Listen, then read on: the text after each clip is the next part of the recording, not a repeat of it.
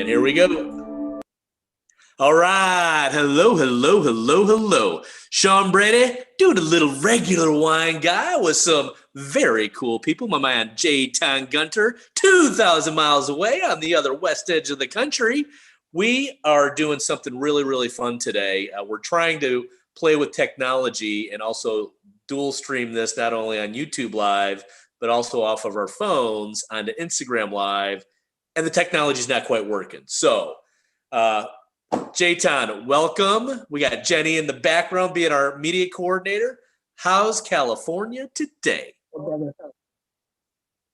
Actually, it was a little overcast yesterday, but it's finally the sun's coming out a little bit. Yeah, and it's a perfect day to drink wine. I mean, actually, every day is a perfect day to drink wine in my opinion. You know how it goes. But yeah, man, California is good. Everybody's on lockdown right now, and there's a lot of things going on that way. So I need a glass of wine to help me get through all of it. So let's get into the wine. Let's get right into it, man. I love it. I love it. So did you want to talk about the first one that we picked and chose? We got this. I can talk about it. The Susamignello. So we are talking about the Susamignella right here. If you guys can see this. Yes. So basically, this is a varietal that is Puglia, which is the hill of Italy. It has genetic connections to Sangiovese. It tends to thrive in more warm climates. And I've had this grape quite a bit of times, and I love it. It's always very refreshing, very light body, not over the top at all, and very floral and things of that nature. So yeah, I can't wait to get into this one and see how it is. 2019, so it's young, but these, in my opinion, these are okay to be drunk young, and also okay. I think these are also okay to be chilled a little bit. Like if you're on a hot day and you're looking for a red wine instead of white wine to kind of wet your whistle, I think this is a good look. A little slight chill, it'll be singing to you. So I love it. And I love it that it's at Trader Joe's, right? Readily available. Comments about the wine? Yeah, well, when it's Trader Joe's, it's readily available.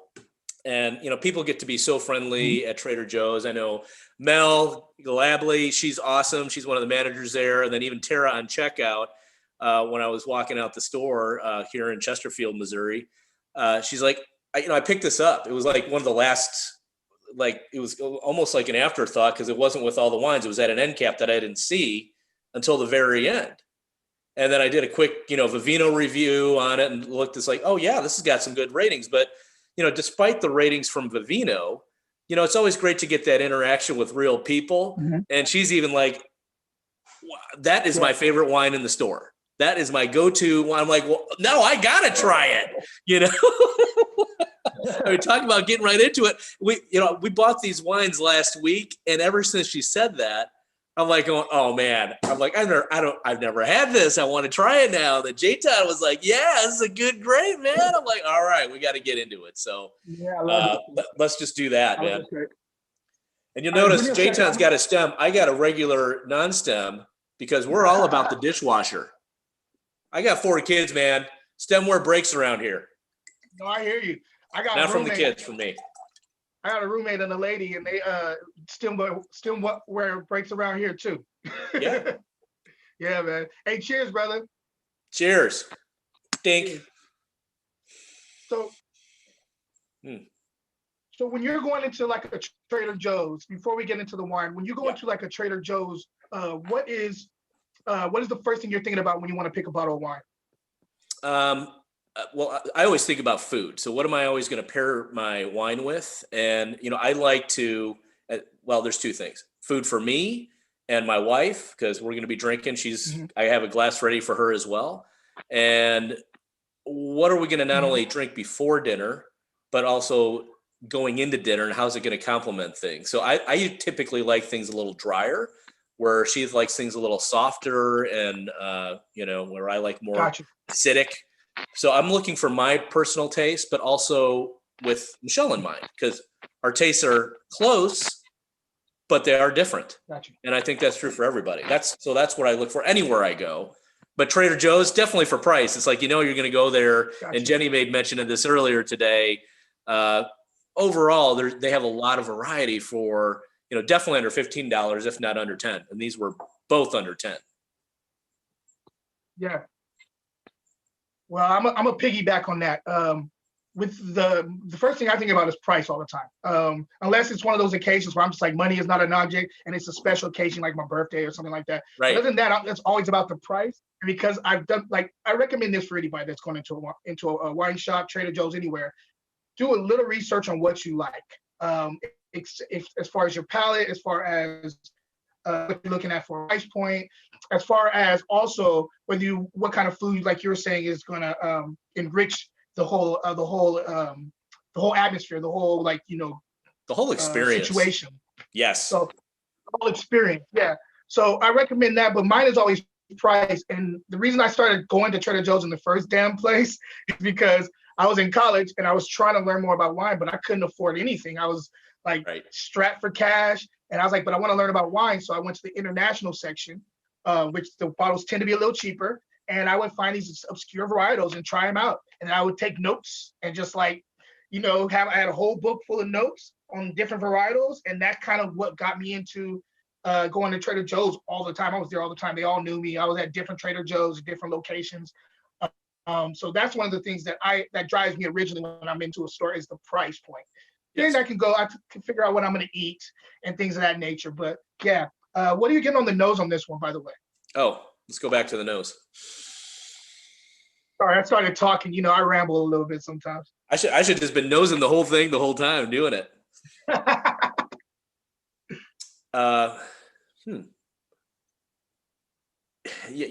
There's like I wasn't expecting this, but it's a little bit more of a raisin or a little plum or something like that. I definitely see that.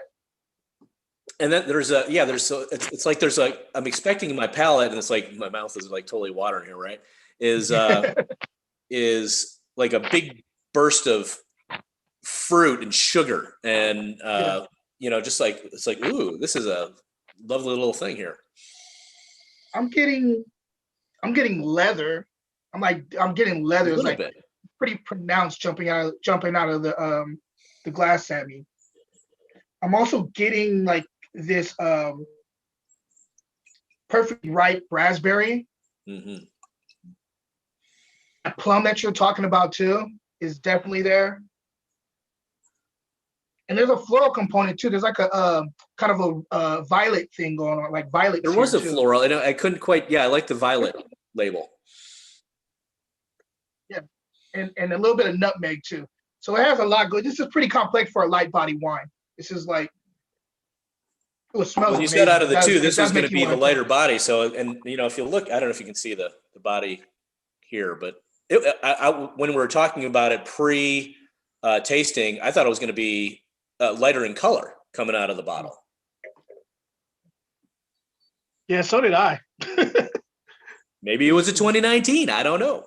It's youthful, it's definitely youthful. I'm going to taste it real quick and see if everything's translating from the nose to the palate. Okay. I'll do it with you.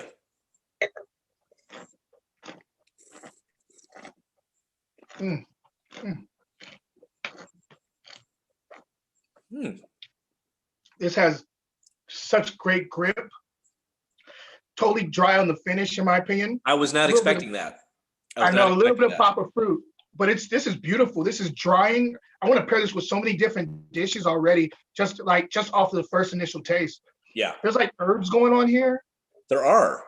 We had, pork is cheap, right? So pork, we had burgers one night that would be great for the seared burgers that we had, and one night, but then also pork tenderloin being less expensive than usual, with like a rosemary pork tenderloin, and whether to use something as simple as sandwiches or just basted, almost like, oh wow, just it would hold up to some really intense flavors here. I agree.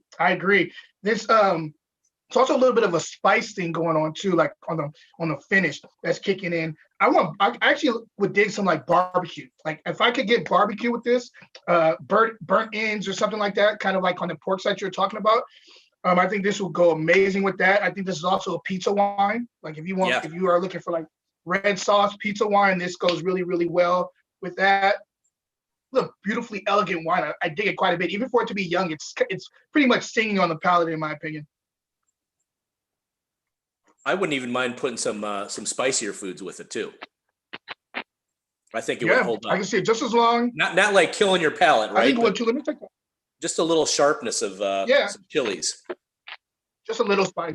As long as it's not too spicy, because this is 14.5 on the alcohol. Yeah. And heat, spice, and heat, and then like high alcohol, burn going down. It exacerbates the situation. Yeah. But no, this is amazing. I'm digging this. All right, what fruits are you getting on the palate that you maybe were getting on the nose? So it changes off the nose, right? So where I was getting plums and things like that before,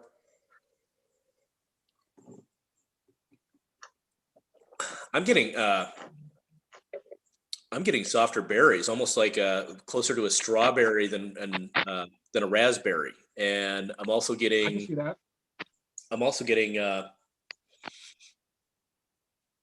almost like an apple. Maybe that's just the dryness factor coming in, right? Like a honey crisp. Because it does definitely. Yeah, it definitely sucks the moisture out of your mouth. Yeah. Yeah, which I like. That right? raisin. And the raisin, yeah. But that raisin call that you made earlier. And it's more like a currant than a raisin, like right? I'm getting it way more on the palate now than I did. Yeah, I can see that. This is awesome wine, guys. I recommend this wine. This wine was, how much was this again? $9.99? $9.99 plus tax in your local area. Which this is a steal. Like this is absolutely a steal of a wine. Again, Susam Yellow is not. It's pretty obscure. A lot of people don't know about it, but most Trader Joe's have this wine, and I recommend this highly. This is a very, very good wine, guys. All right. Jenny knows what she's going to get afterwards.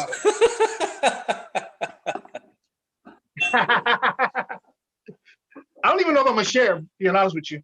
Thank God my lady, she drinks wine, but like she doesn't drink it to the level that I do. Yeah. So a lot of times she'll take like one glass and I get to kill the whole bottle myself. I love it. Even though you should want to share with people, when it comes to wine, I'm a little weird about that. Like I need to know that you can appreciate certain bottles. I'm with you. So, with Michelle, we usually both drink wine, and she has about a third, and I usually have 2/3 of the bottle. So I'm with you. It's about the same. Yeah, that's about right. Whoa, this is completely different nose. Yeah. So on this wine, we're in Spain. So we go from Italy to Spain. We're with this is called Porta Plata. Hope you guys can see Plata. This labels. Or Porta Plata. Yeah. Maybe there's no date. I can't see if there is. I think there is. But Jenny told me the other day it means door of silver. Although I said on my house, the real House of Silver. But door of silver or door of money. I don't know. Is it money? I don't know Spanish. This is not, I'm not that great with Spanish either. That's one thing I've been doing since like the whole COVID thing. It's like I take Spanish lessons in the morning. Like I do meditation, awesome. And then I'll go over Spanish for like 5 to 10 minutes, just kind of understand a little bit. I still don't know what the hell I'm doing, but I'm trying. So we can do. You got to keep learning every day, every way, better and better. Man. I'm one of those people too. I'm kind of a sponge. I love learning new things, and so Spanish is what I'm doing right now. I think the next language I want to do after this is actually I want to go back to French. I did French in high school, and I went away from it for years. And now I'm like, you know what? I want to learn it. It's better for in the wine community too. So when I go to France, I can go back and forth with the guys. And then next will be Italian after that. So I might even flip flop that and go Italian just because it's. I want to go to Italy, and my wife has already been to France, and neither of us been to Italy. So that's on a future. Oh, never mind. She's been there. We're not going now. Nah, I get it. All right. So with this wine, this is out of Catalonia. This is a red blend. This is Tempranillo and Garnacha, which is same thing as Grenache, but for me, Garnacha tends to be a little bit more rustic.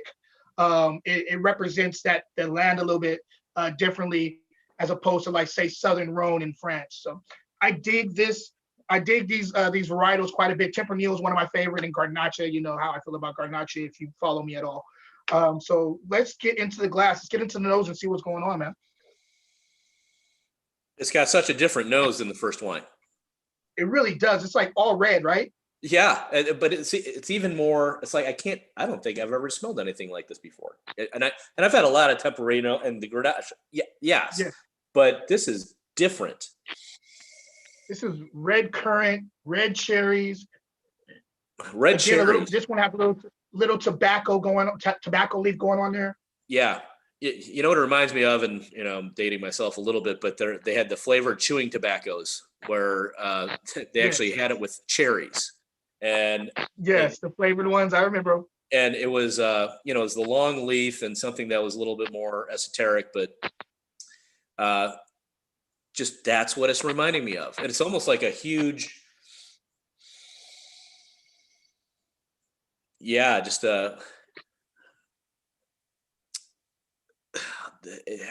like cherry, but then like not like a real maraschino cherry, right? Like the high end ones that you save for the great cocktails. Like Bing cherry, like a little bit more bingy on the cherry side. Yeah. I'm trying to think of also like the Monticello cherries. Actually, no, that's right. You're right. You know what I'm also getting? You remember Red Hots when you were a kid? A little bit. Yes. Yeah. I'm getting that on the nose too. There's like this really kind of like spice red hot thing going on here. Yeah. It's really interesting. Not like Fireball, not like that, but there's not like that. There's a hint of something in here. All right, I got to cleanse my palate. Here's how I do mine. Okay, show me. Nowhere in on that one. Right, so now I just have the wine there, but it kind of cleansed the palate from the last wine going to the new one.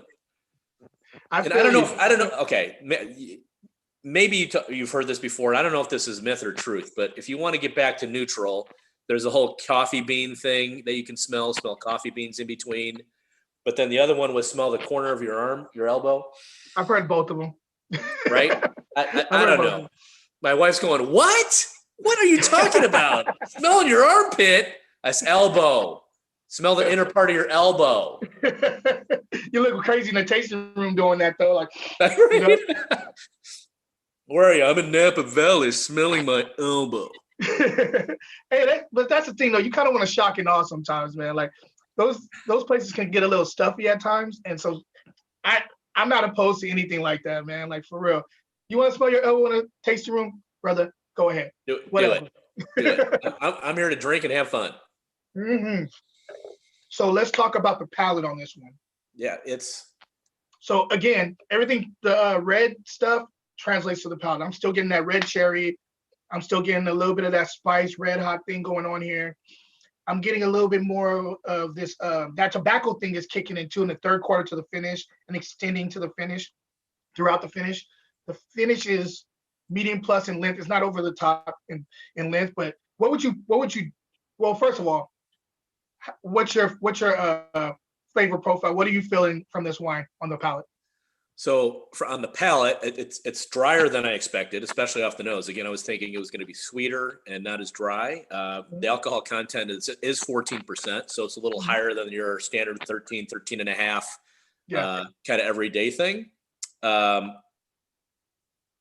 I wasn't sure what to expect. And what I'm getting here, what am I getting here? I'm trying to think of the food that I want to pair it with. Yeah, that's what I was about. I always go to the food first, and of course, some of the sort of jamon, right? Some sort of like Serrano ham type of thing. But I don't know if I'd want that with this. You know what? I'd want something with a little bit more, like more of a lamb dish, or I like that, a little gamey. Something with for the vegetable side, like some roasted carrots and onions and potatoes that are nicely browned, the patatas, right? Yeah, I can see that. And that would go excellent with this. And it's completely different from the first one. Yeah. I think I like opposite. Right. So I'm trying to think of the other tapas foods. Like, what type of olives would I like with this? Certainly a variety, but when I think of Catalonia, there's like, you know, the green olives and the black olives and things like that. But I think that would complement these really well, especially given some of that like kind of spicy and tobacco notes. Yeah. And like you're saying, like the red hot thing, I don't like, it's not cinnamon, right? But it's sort of like, there's like that intenseness of it. Yeah. Me personally, I would like, and I'm not a huge turkey fan, but I think turkey would go really well with this. I think, like, you know, sometimes you get one of those turkeys that is a little too dry and then nothing can save it. I feel like this wine could save it. Yeah, I think this wine would put on this cake up and away and save that dry turkey that you're probably eating during Thanksgiving. Yes. And you can press your friends because it's a reserva. Oh yeah, it's reserve. It's a reserve. I don't know how much that means, but hey, whatever. I don't know. We'll rock with it. I rated a wine yesterday, and I had down from Chile. Yeah. And you know, of course, the Reserva was much more expensive than, you know, we're talking. I think it was probably 25% more at least. And I rated it 3 stars, which means, you know, I drink it again for me, but I'm not going to go out and spend my money on it. I'm not going to buy it again, right? But I'll drink that sucker. Hey, and man. But then the other one, which was their classic blend, just their regular Cabernet, same winery, same year, everything the same, except the wine was so much better. Interesting. See? It was really strange. Like all the notes came together. It was more of an everyday wine, but it was just way better. The other one, maybe I just got an off bottle. You never know. Well, sometimes it's the wine and sometimes it's your palate, right? Like sometimes your palate is geared towards a certain type of wine. And sometimes the wine just sucks. You know what I mean? Like it just is what it is. And I mean, we roll with the punches, right? But really, really quick, because I want to get into like what you do in wine for my platform. But before we do that, between the two, I know they're opposite ends of the spectrum, but which one was your favorite? I'd have to go with number 1, the System in Yellow. I would rate this 4 stars, and for me, so 3.5 is that, you know, I'd buy a bottle again. I'd spend my money on another bottle. 4 stars, and I'm kind of a tough grader. 4 stars, I'd buy 3 more bottles. Yeah, I agree. I would do that, and I would definitely do it, especially, and you know, with the QPR quality price ratio on this sucker, you can get more at $10 a bottle. Yeah, I absolutely agree with you. I think that System Mielo is the one that is, for me, it's heads and shoulders above this one. I like this one. This one's solid wine. Yeah. I have no problem with it. It doesn't do anything bad. No. But the depth on that System Mielo is, there's complexity there. And it's one that you can just have some fun with too. So it's like, it's checking both boxes, you know, complexity, fun. Yeah. Well, you know, there's other things about about this wine, the Porta de Plata. It's a great bottle. Yes. Right. One of the things I noticed when I picked it up, I mean, my thumb almost disappears in the bottom of this bottle. It's like I'm holding it. It's like, look, Mom, one hand. But I don't know if you can see this in the video, but it's got some intricacies to it. Got some edge. For an $8 bottle of wine. Yeah.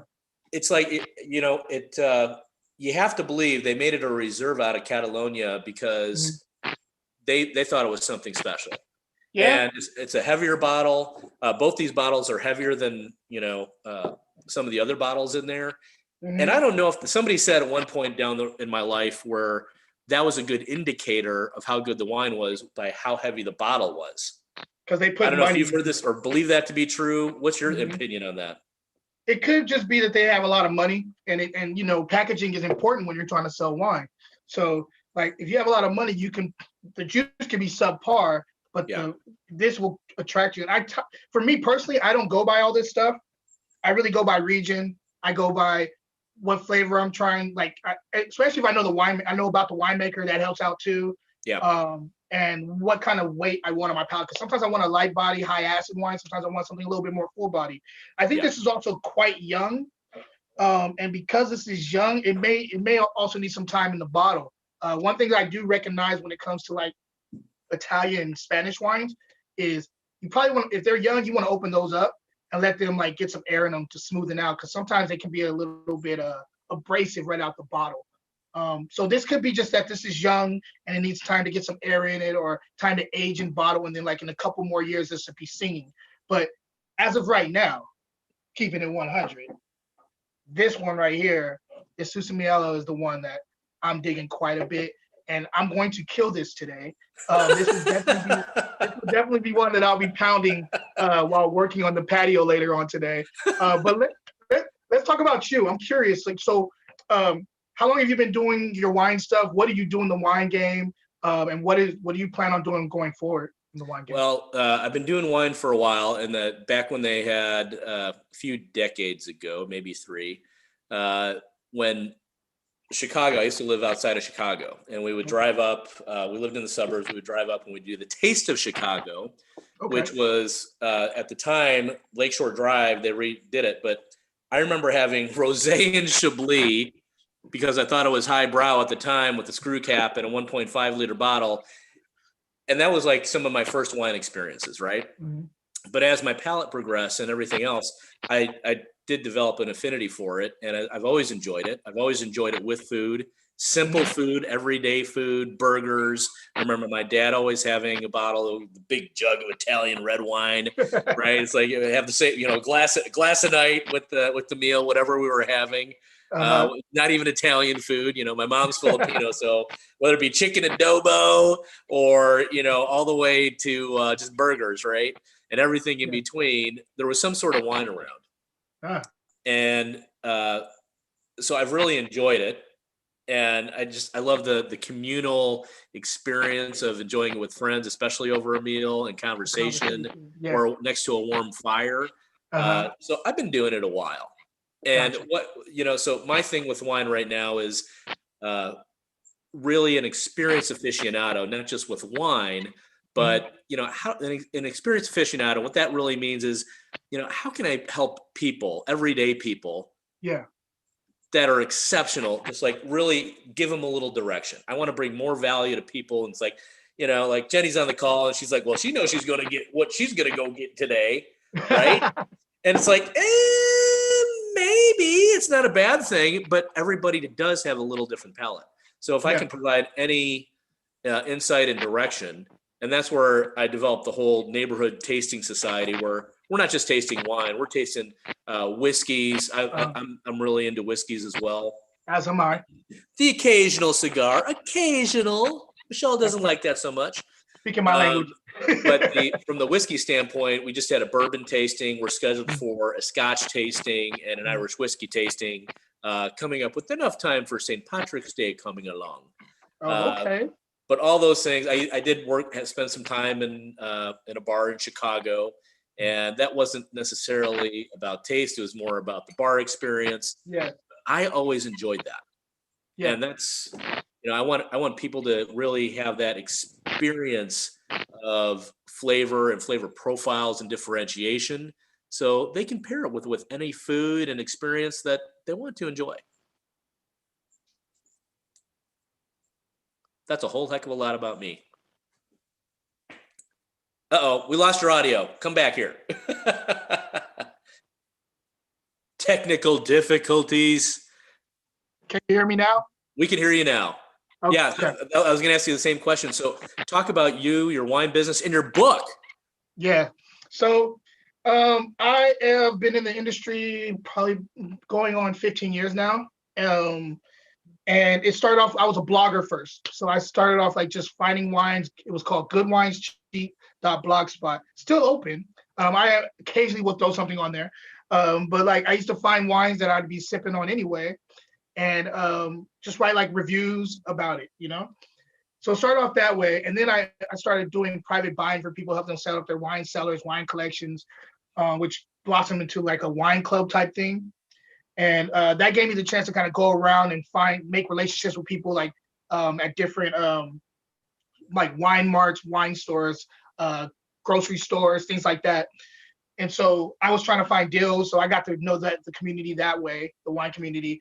And then once I started that business, I was like, what's gonna like make me what's gonna make me real in the eyes of people who are paying attention to what I'm doing, right? I could say I'm a wine specialist, but the thing I needed something to back me up. Plus, I'm a brother, You know what I mean? And you see a brother coming in and he thinks he knows something about wine. I mean, I hope it doesn't stay like this, but at least back when I was starting in the wine, they'd be looking at you side eye like, do you really know about wine? How do you know about wine? You know? And so I was like, okay, I need something that, you know, that people could look to and be like, oh yeah, he knows his stuff. And so that's why I went and got my certification as a som. And then once I got that, I worked as a som in San Francisco for 7-8 years, you know, in downtown San Francisco, or sorry, Union Square, San Francisco. And had a great time there, made a lot of relationships, met you there. Yeah.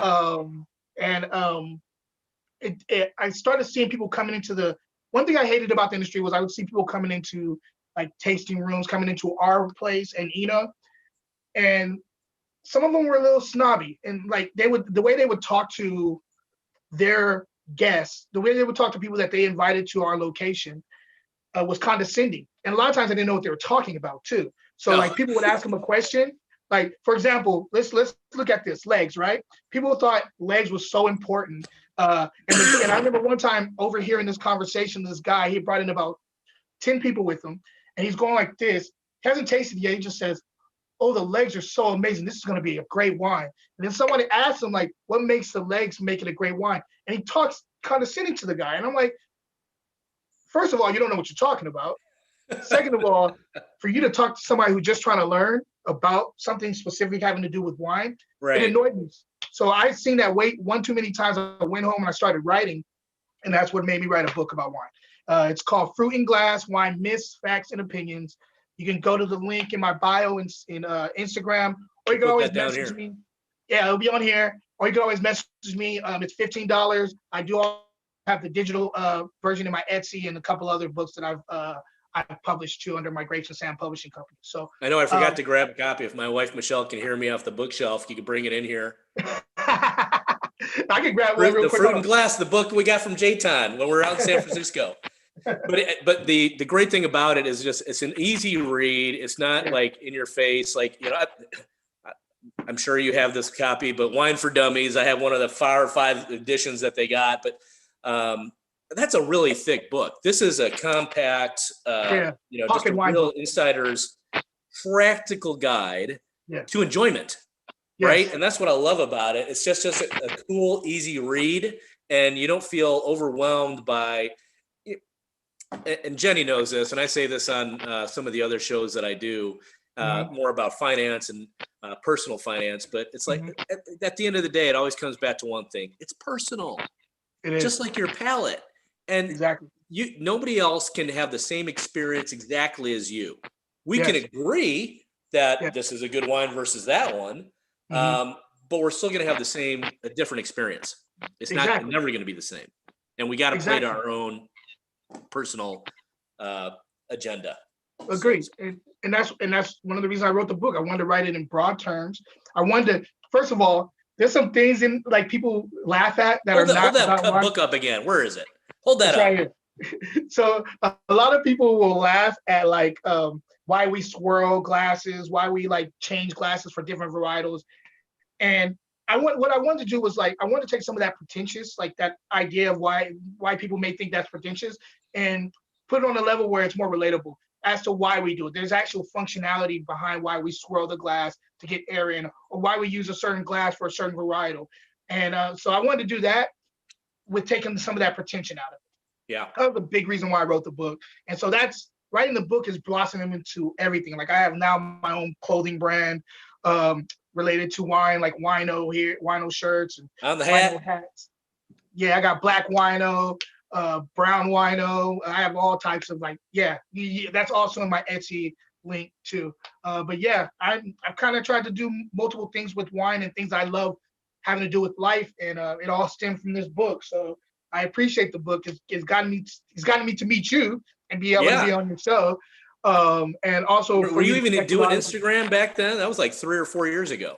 I was lightweight doing it. I wasn't even like big on it. I mean, I've never really been a social media person until the book. Well, you are now. I know. My friends who know me, like my friends who really, really know me, when the whole pandemic hit, they were laughing like, I did not know you were gonna make them kind of moves. Like I just like rapid fire. I was posting all types of stuff. I was posting like daily, and everybody's looking at me like, this is not you normally. I was like, I have to do this now. Like, there's no way for me not to do this. I have to be in on this because look, none of us are working, and I'm starting to get more comfortable in front of the camera, which I was never before. And so, yeah, and that's why I do it now. That's why I post as much as I do. That's why I have 2 shows, Wine Wednesday, and then also Wine Still of the Week, which is at the end of the week, which is kind of the premise of what we're doing right here. Yeah. If you think about it, like, finding wines under $20 that are punching above its weight class. So it really is. I mean, so you go into Trader Joe's, there's a ton of wines, ton of them that are at even the sub $8. I mean, this was $8, right? Yeah. But if you go down $1, there's like a whole bunch of wines that you can almost get confused about if you don't know your palate. Now, if you know your palate, like there's their meritage, depending on which lot you get. Yeah. Really, really amazing. But then like some of the, now that of course they sold out the later lots. Yeah. Now they just have the earlier ones, and I haven't had those yet. Yeah. I mean, but I'm like, do I want that now, or it hasn't really been rated yet?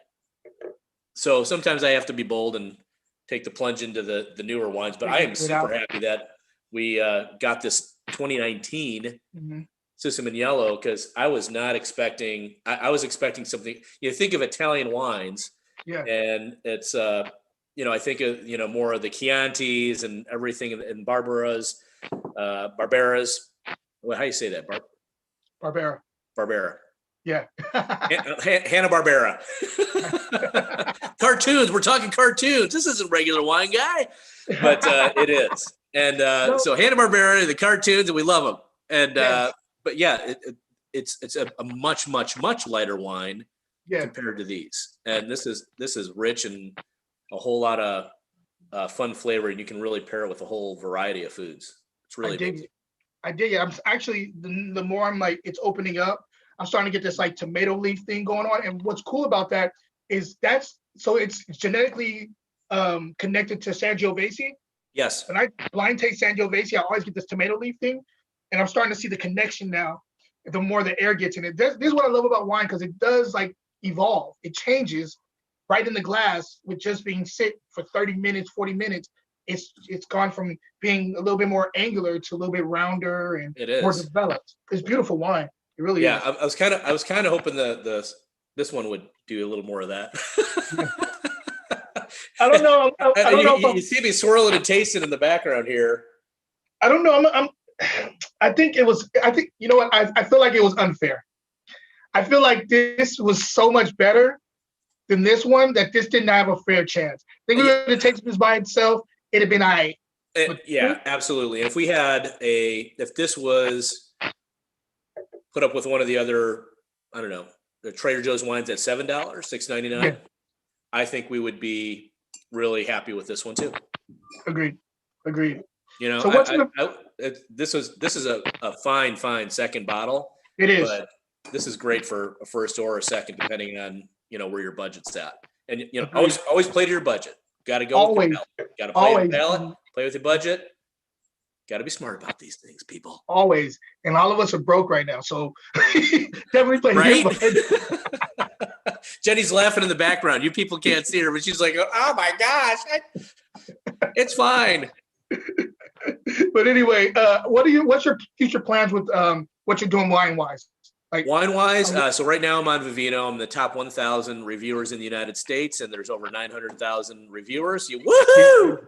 And that's big time.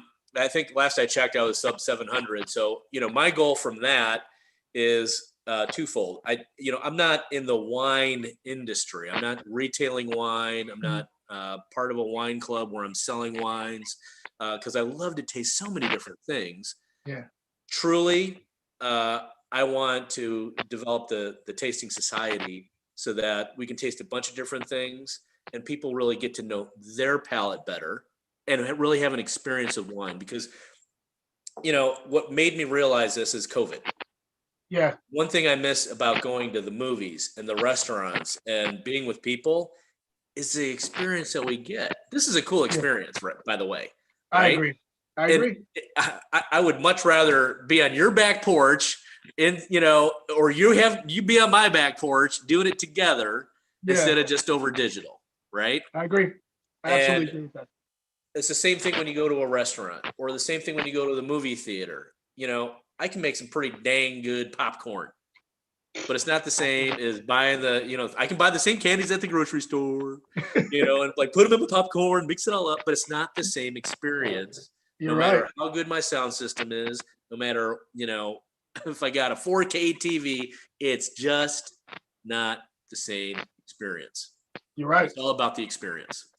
That's my biggest takeaway. That's exactly how I look at it. This industry has primed me for searching for experiences, and not to go better every single time, but just to stay level and enjoying this whole thing, like the food, the wine, the interaction, the conversation. Like some of my best moments in life has been over a bottle of wine with random people I've never met before, and I'm just having a kind of a rich conversation with.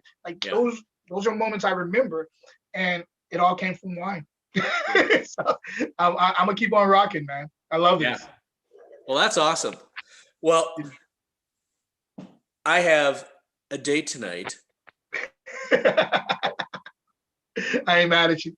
Yeah, it's good, right? So we got a date night tonight, and we're going to be socially distanced at a outdoor heated tent-like facility, which is okay and legal in Missouri, and we're okay with it as social distancing practitioners.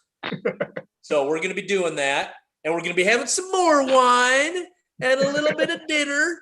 So it's going to be all good. But Jayton, thank you for just being who you are. Man, and thank you for bringing this experience to people without the pretentiousness and the overweight of it all. I think I've seen a lot of people in the industry, and I think it's really going that way because they see the value of it. There's always going to be the wine snobbery. There's always going to be somebody on the upper echelon that will do that. That's just the way people are, right? Yes. But I think one thing we've learned in these COVID times is to get the best sense of yourself as possible and hold true to yourself. Yep. And you like what you like and you don't like what you don't like. That's my brother. That's why we're tight. Yo, even though we can't hug each other, we're tight. Yo, thank you so much, man, for reaching out to me about this. I appreciate this. I had a good time, and hope we can do some more stuff going forward, brother. Absolutely. All right, man. Jayton, everybody, as I always say, we may not see in person, but we're always going to see you right here on social media. Cheers, Thanks for watching.